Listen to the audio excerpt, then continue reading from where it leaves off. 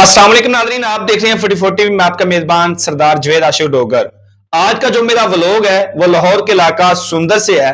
क्या होता है कि एक नई नवेली दुल्हन 9 घंटे की दूरी थी, मेहंदी की रस्म दा हो चुकी थी, उसको बेरहमी के साथ कत्ल कर दिया जाता है। मुकम्मल स्टोरी बताने की कोशिश करूंगा, इस मेरे व्लॉग को देखिएगा। मैं आपको तफसील के साथ बताता हूं। लाहौर का इलाका सुंदर है, वहां पर ऐशा नामी नौजवान लड़की जिसकी शादी थी। शादी कहां थी?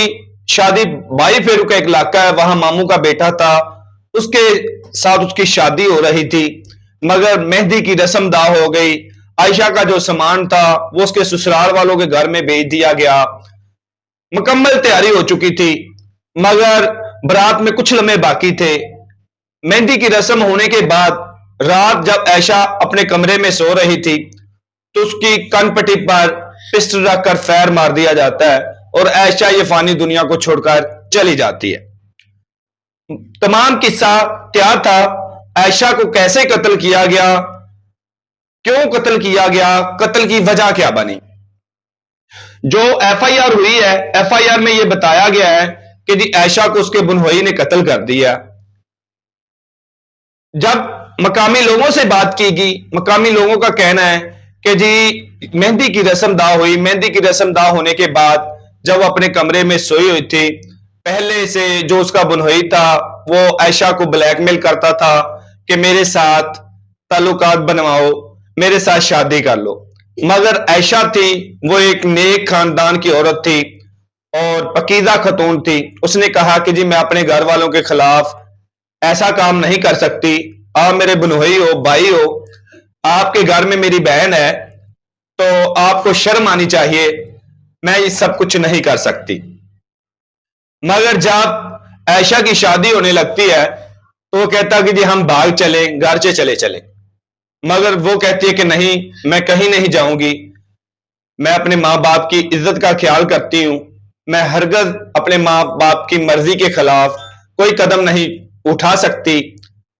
मगर जब आयशा इनकार कर देती है तो वहां पर जो होते हैं उस कमरे में आयशा की बहन इकरा और उसका मियां और उसकी वालदा उस कमरे में सोए होती है। ये कहा जा रहा है कि जी आयशा की कनपट्टी पे फायर रख के अकरम जो उसका बुनोई है उसने फायर मारा। फायर मारने के बाद वो फरार हो गया। जब घर वाले उठे हैं तो वो भाग रहा था, पिस्टल उसने वहां मौके पर फेंक दिया तो वो भाग गया। बाकी हकीकत क्या है, सारा माजरा क्या है, ये अब पंजाब पुलिस इस केस को देख रही है, इस मामले को देख रही है। बाकी मुकम्मल तफसील तो तब आएगी जब इस केस को देखा जाएगा। मगर उसके बाद घर में खुशी का घर था, खुशी वाले घर में कहराम मच गया, हर तरफ रोने की आवाजें आने लगी। जब पुलिस आई, पुलिस ने देखा और केस को देखना शुरू कर दिया। पुलिस घर वालों को उठा के ले गई कि आप अकरम के घर वाले थे, उनको उठा लिया गया। सुबह होती है तो जहां पर ऐशा की बारात आनी थी, जहां से फूल नगर का इलाका है, वहां पर ऐशा की डेड बॉडी पहुंचती है। जब ऐशा की डेड बॉडी वहां पर पहुंचती है तो जो उसके मामू का बेटा था जिसके साथ आयशा की शादी थी वो रो रो कर बुरा हाल हो जाता है। बाकी मुकम्मल फैमिली का बहुत बुरा हाल हो जाता है। मगर जो उसके फैमिली ससुराल वाले उनके बयान और है, जो उनके घर वाले हैं उनके बयान और है। बाकी पंजाब पुलिस इस केस को देख रही है। अब पंजाब पुलिस इस केस को जब देखेगी, इस केस की जब छानबीन होगी तब पता चलेगा हकीकत में सारा माजरा क्या था। मगर दुख की बात यह है कि घर के जो रखवाले होते हैं, घर की जो चार दीवारी का तहफ़्फ़ुज़ करने वाले होते हैं, उन पर बहुत ज्यादा उम्मीदें होती हैं। जब घर के बसने वाले, जब घर के रखवाले घर की इज्जत को तार तार करने की कोशिश करने में लग जाएं तो तौबा तौबा, अल्लाह ताला माफ फरमाए, अल्लाह ताला ये वक्त किसी को ना दिखाए। तो यकीनन बहुत दुख दा लम्हा है कि जिन पर इत्मीनान किया जाता है, जिन पर भरोसा किया जाता है, वो इत्मीनान को तोड़ डालें, वही ईंटों के साथ खेलने की कोशिश करें।